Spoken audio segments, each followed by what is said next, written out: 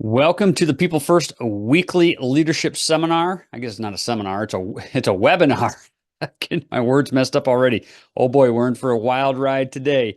So today's topic is when feedback fails, when your employees aren't listening to you. And we're going to talk a lot about feedback today because I think there are some very specific ways that we can have good feedback with our employees so that it has a positive effect and change on their behavior, their performance, and all of that. So we're going to go through some three specific bullet points and some sub points about that. And then I'm going to give you my feedback form that I used with my direct reports. And it's really simple. It's basic. And if you email me or contact me, I can send you a PDF copy of this after the webinar as well. So the first common mistake that we make is we deliver feedback without context or timing.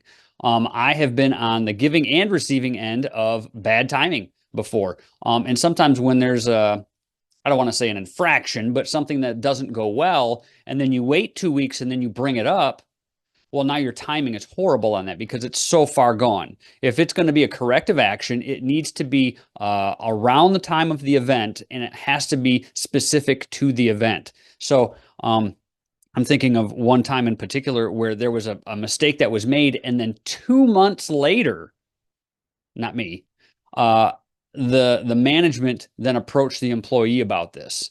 And I was kind of like looking at this from a third party view, and I was like, 2 months ago? Really? Okay. Must not have been that big of a deal, or your leadership is really just that bad. So I lost a lot of respect for the leadership of when they did that, because I was just like, this is no good. This is no good at all. So, and then that also disenfranchised the employee. There was some hard feelings. It's like, well, why did you wait this long to slap me with punishment? Had you done that back then, that would have made sense. And, I already tried to make it right. And the employee was, doing what they were supposed to be doing and owned it, took ownership for it. But still, it was like 2 months later, really? Nothing said, but 2 months later, this comes up.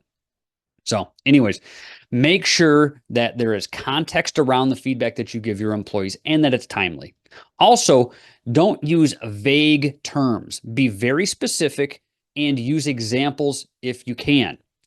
I use a lot of general terms when I'm talking in these webinars because I'm talking to a wide base of people who are all in all different industries.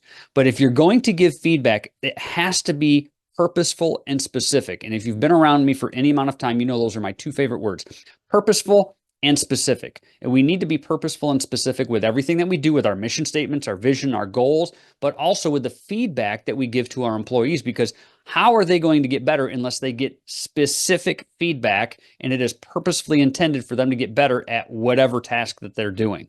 So make sure it is specific and purposeful. Now, how do you tailor your message to your employees so that it actually hits with them? And it's like, oh, wow, this is making an impact. Well, there's two ways. Well, first, you have to know the communication style of the person you are talking to. Are you talking to an introvert or are you talking to an extrovert? Do they receive words of affirmation well, or are they somebody that, man, you really can't talk to them about certain things? You have to know this as their leader and how to communicate with them so that your messaging sticks with them. So if I have an introvert who has made a mistake of some sort, nothing termination related, but just made a mistake, and I've got to, talk to them about it. If I'm in the break room with them and they're eating their lunch off to the side by themselves, and I come in and I'm like, hey, yeah, you screwed that up the other day. You and I are going to have to talk about that. Yep. I'll get with you later. And what is that going to do to an introvert? That is going to crush them. Absolutely. Now, that's a horrible example of how to handle any sort of problem, but an extroverted person may be able to handle that a little bit better, especially if there's other people around. Now, professionally, you should never talk about infractions or mistakes in front of other employees anyways. Kind of a silly example, but you have to understand your people. You have to understand what you can and cannot say to them so that they understand, okay, this is a big deal. This is how I get better. And what I'm going to suggest to you is always handle things like this in a one-on-one meeting. And we're going to get to that at the very end here. And again, make sure your examples are specific, purposeful, and to the infraction. Don't talk about somebody else. Well, Jim, he did this one time, and no, Jim has nothing to do with this. Your feedback needs to be specific and purposeful to that person. Now, if Jim is doing a good job and can be cited as a good example, sure, let's bring that up. But we try not to bring other people into our feedback with our employees. We want to keep that specific to them and the task that they're doing. So what I'm going to advise you to do, and my recommendation is to shift from criticism over to the coaching side. So instead of saying, hey, you didn't do this right, and this is why we got to fix it because it didn't go well, we're going to talk about coaching and say, hey, Todd, I think I found an area of growth for you. This thing wasn't done very well, and let me show you why it wasn't done very well. I'm going to give you specifics. I want to be purposeful in what I say to you about this because we want to get that better, and we want you to be the best that you can be while you're here, okay? If you switch into a coaching frame of mind, you are inviting growth and you are helping them see the benefits of improvement. Those are two really big things. If you go with criticism, like, oh, hey, you screwed that up, and you kind of use that negative tone, well, then what is the person receiving that language automatically going to do? They're going to become defensive. And if they're defensive, their brain's going to shut down and they're not going to receive any sort of feedback that's going to help them grow, because when you're in a defensive posture, your brain is like trying to survive. That's what your brain is telling your body. You know, we have to survive. We have to defend ourselves. We're not going to be open to feedback or growing in any sort of way. But if you say, hey, I want to give you some coaching. I think there's some things that we could do better on this, and I think you could grow from this. Okay, I guess I'm not going to feel as defensive about that because you're really looking out for me to do the best job possible. Okay, sure, I'll listen. All right. And just that little shift in how you say things and how you approach people can be a huge, huge deal. So when you are giving coaching, what I want you to do is I want you to focus on future performance. Don't focus on past mistakes.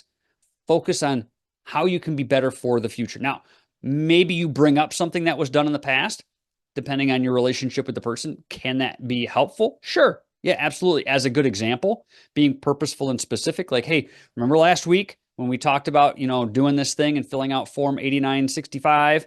And yep, and you missed line 15. Yep. So what we're going to talk about is we've got a process in place that will help you hit line 15 every single time and not miss it. Okay. And that's what we want to see you do. We want to see perfect forms coming out of you because we know that you can do those things. All right.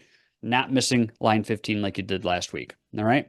So what I'm going to do with you right now is I'm going to share my screen with you so that I can pull up a document that I have to show you. And I think this is going to be helpful because our one-on-one meetings, oh man, one-on-one meetings, I love them because they are so good. Now, I think one-on-one meetings can really change a climate and culture of a business or a company. And they can also promote the mission, goal, and vision of whatever you're trying to do. So this is mine. This is what I used to use with my one-on-one meetings when I had a staff at my schools and such. And this is what I would do every single time. And they would get a copy of this. I would give them a blank copy so they knew what the structure was, and I would give them the completed copy so they had documentation of everything that I wanted to talk to them about. So number one, start with greetings and good things, personal pleasantries. Hey, how you doing today? Anything going great? Fantastic. That's awesome. I'm glad. And then number two, what is something you have done well this past week? This is partially getting them in a good frame of mind. Man, you know what? I really nailed when I had my meeting with that company and we had to sell that contract to them and they took it and it went great. Yeah, I think that really went well. Hey, I agree, because now we're going to be on the same page. If you think you did something really, really well, even if I don't 100% agree with you, I'm probably going to agree with you as your leader because, yeah, that's a great way for me to build rapport. Then number three, getting them in the self-evaluation mindset. What is something you think you could have done better or feel that you need to work on, over the past week, 5 days, 2 weeks, whatever time frame works for you. And then let them self-evaluate, self-reflect and say, oh, all right, you know what? Well, I probably could have done this better. When I was having that team meeting, I got a little frustrated. My frustration showed. I could feel the temperature in the room kind of start to drop a little bit because people could feel my tension. And yeah, I probably could have handled that a little bit better. And again, as the leader, okay, that's great self-reflection. Thank you for sharing that with me. I appreciate it. Maybe I don't even need to touch that. If they've already self-reflected on that and they know that they could do a better job, maybe I don't need to say anything. Or I could offer support. I think you're right. I think that's really good. Do you want some support on that? Do you think you have it handled? Actually, no, I think I could use some ways to maybe keep my cool in meetings when people don't agree with me. Okay, let's talk about that. Now they're inviting you to coach them. And that's the beauty of these one-on-one meetings. There's nobody else around. There's nobody else who can look or listen in, and people are usually a lot more vulnerable if you've established that rapport with them. So, number 4, then this is what I go into. Something I saw that you did an excellent job on. Again, here's this my favorite word. I'm going to be specific and I'm going to share why it was good. I saw you do this and it was great because of this. So now they tied the good thing that they had or that they did directly to the specific feedback of why it was good. The why is huge. Yes, you did something good. Okay, yeah, great. I did something good, but why was it good? Oh, it helped our mission. It helped our vision. It helped whatever. Always be specific. This, and I just mentioned this, I'm kind of getting ahead of myself. This can be a great time to tie in your mission, vision, or goals, or something ongoing that your building, business, organization, whatever has going on. So this can build their confidence. It can help you with a project. It can grow relational capacity. Or professional capacity. Maybe this is somebody that you are earmarking as maybe a potential future leader in your business. And so this is going to be a great time. I actually just had this experience. I've talked about this a couple times before. I'm doing a training group with a business, and I'm training some potential future managers. And I had a meeting with one of them, and they knew they were going to get some feedback about an interaction with a client where they were kind of set up to fail, but they were going to get some feedback on that. And I said, okay, what's your gut reaction? And this person said, well, I'm kind of mad about it because, I walked into a situation that I didn't know I was walking into. I wasn't fully prepared. And now it's going to come back on me and kind of look bad. And I said, all right, but has your manager said you did anything wrong? And they were like, no, they acknowledged that I kind of walked into a bad situation. I said, all right, so they're already on your side. You don't have to worry about that. They're already on your side. I said, let's do this. Even if you don't feel like it, go into that meeting and I want you to say, hey, I'm really looking forward to this feedback because I think this is going to help me grow and be better. And watch your manager's face. And they were like, are you serious? I'm like, absolutely. Be open. Take what they give you because it's not going to be anything that hurts you. It's only going to help you and grow you. Take what they say and use it and thank them for it. So we kind of prepped that for them or for this person. And then they had the meeting later that day. And then I actually met with the managers later and I said, hey, how did your meeting with so-and-so go? And they were like, Todd, it was amazing. Like the person came in, they were open to our feedback. Like we laughed, we joked, the meeting went great. We had some really good things put in place. Like it was awesome. And I said, that's fantastic. That's fantastic. So then I went back and I talked to the employee and I said, so how'd that go? And they were like, man, I surprised them. They had no idea that I was going to be like that because sometimes I'm defensive. And this really opened up some great conversations. So I was like, this is awesome. And they were like, yeah, and I said, just having that open frame of mind. And now this was probably 2 months ago. So I talked with that person again this week and I said, hey, how has the last 2 months been since you made that meeting such a positive meeting? And they were like all of the work, Todd, has been better. Like the meetings have been more productive.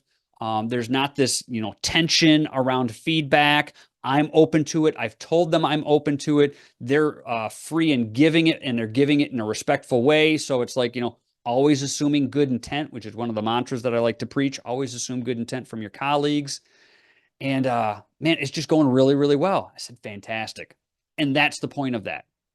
All that came from a one-on-one meeting. So number 5, and again, when I do my one-on-one meetings, they know they're going to get this. This is just baked into the system, to what I do, and they know they're going to get that from me. So once they are used to hearing coaching feedback from me, points of growth, they're no longer like worried about it because this is just what we do. Like we grow, we get better. And that's the mindset that I want them in. We are always trying to get better. So something that is a point of growth for you. I am always specific in what I heard, saw, or experienced.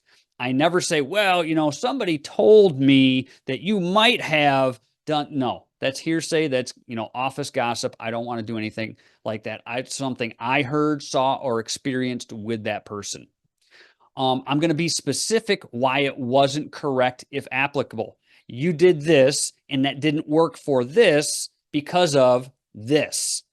I want to lay that linear chain of events out for them so that they can see it for themselves. Now, not all things are bad. Some things just need refinement. Like, hey, when you did line 15, you put it in perfect. That was exactly the information that we needed, but you can make it better by adding this extra piece of information. So then who's ever looking at line 15 on the receiving end of that knows exactly what's going on. So you did a good job on it. We can make it even better. And then just think about if you were the one who was reading line 15. Oh, wait. Oh, now I've got this extra information. Now this makes much more sense. Then before if it's simple like that, like this is what we need and it's a real basic thing. Okay, yep, that's the way it has to be. If there's only one right answer, then there's only one right answer. But oftentimes there is more than one right answer. So see, I like this one a lot. I always ask my people if they have any ideas on how to correct the issue, because sometimes they surprise you. If they have a good answer that's not what you thought, but is still a good answer, let them go with it. Let them go with it because they are way more likely to implement and execute the idea that they had versus the idea that you may give them and that they may not like. It's kind of like, well, if you think about kids, well, you have to eat your broccoli. Either you can put it in your mouth or I can put it in your mouth. Fine, I'll put it in my mouth myself. That's kind of what this is. All right. Again, none of this stuff is hard. You just have to know how to do it and do it the right way. Then letter D, if they don't supply a good solution from point C, like we just talked about, you need to be prepared with some specific insights of how this issue can be corrected. Okay, Todd, I just don't know. I don't know how to fix this. Well, here's a suggestion that I think would be a good, effective use of solving this problem. So try this. Okay, I'll try it. And then we'll talk about it next week and see how it goes. All right? Okay. Then I always end the meeting with this. Is there anything you need support on? Because I just gave them some good feedback. I just gave them some corrective, adjusting feedback. Is there anything that you need support on? Because I don't want them to leave and feel like, man, Todd just threw this at me and now I got to figure it out. Maybe this is support on what I just gave them. Or maybe they have an idea on how to fix something, but they don't have the resources or know how to affect the change. Okay, let me support you. Maybe it's something completely different. Like, hey, somebody's stealing my lunch out of the fridge in the break room every single day, and I'm hungry. So I get grumpy. Okay, so let's figure out who's stealing your lunch. But offering to be a support for them, like, man, how can you go wrong with that? You're not pushing anything on them. You're just asking them, is there anything you need support on, and how can I support you? There's no way unless somebody is not thinking straight, there's no way that's going to be perceived as bad. So some leadership points to ponder about this one-on-one feedback form that I use. And look at this. Actually, let me make it a little bit smaller so you can see it kind of in its totality. It's only 6 questions or 6 points. And 3 of them are pretty positive. The good thing, just pleasantries. What's something you did really good last week? Here's something I saw you do an excellent job on. Like half of these are really, really positive. One of them is self-reflective. Actually, 4 of them are positive. I'm going to support you. Yeah, absolutely. So let's talk about some of the leadership points to ponder about this. This simple form does a multitude of things. It provides a time and structure to coach your people regularly. Remember, when you're learning a new skill, if you hear it once and do it once, are you likely to remember it? No, it takes repetition. Just like any sport, any skill, anything that you need to learn how to do, it's going to take repetition. And the more you do it, the better you get at it, just like running these meetings. Second point, it gives leaders who are introverts a script to follow.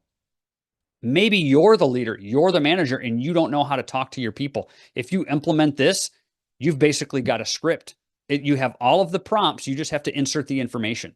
And some leaders who are introverts are not good talking on the fly. They're not, good just having these awkward moments. But if you're preparing for your one-on-one meeting and you're going to have to cover points 1 through 5, well, it takes you a couple minutes to write some things down, but then you're prepared. you're ready to go.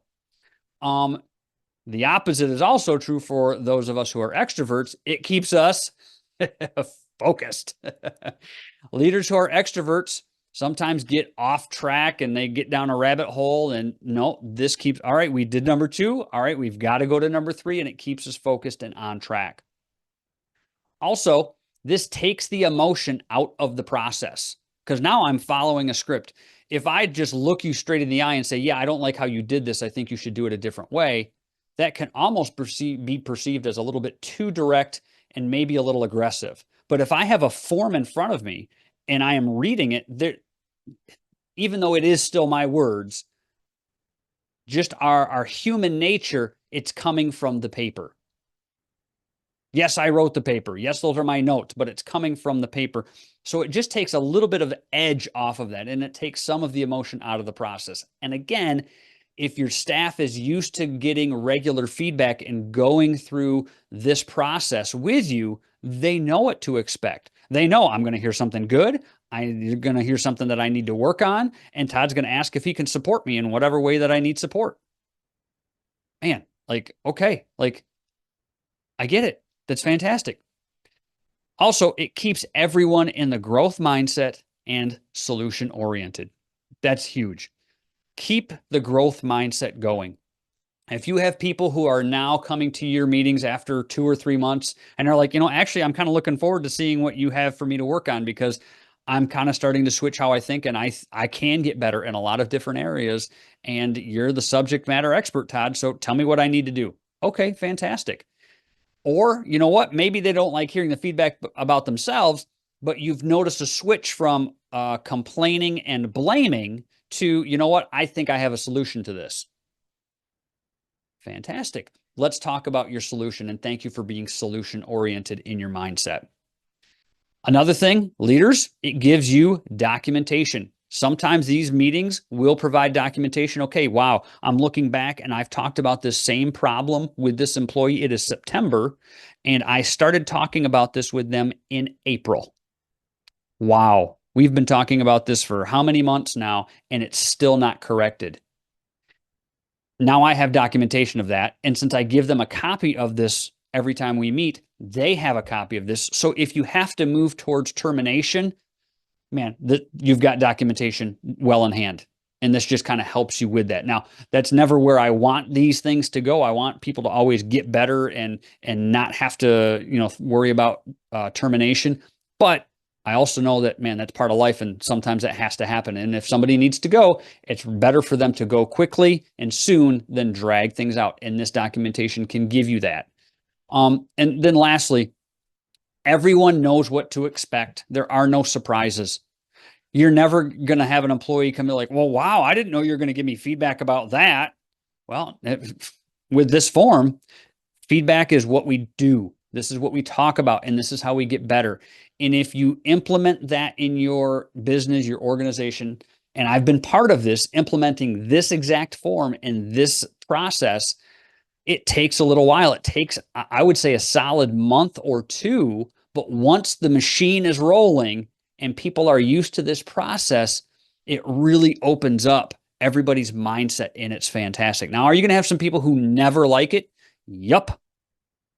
Are you going to have some people who, but they kind of lean towards, hey, you know what? This isn't so bad because Todd's really trying to help me grow and make me better. And yeah, I don't like hearing something that I could do it better every single week, but assume good intent. Like, he's trying to make me better.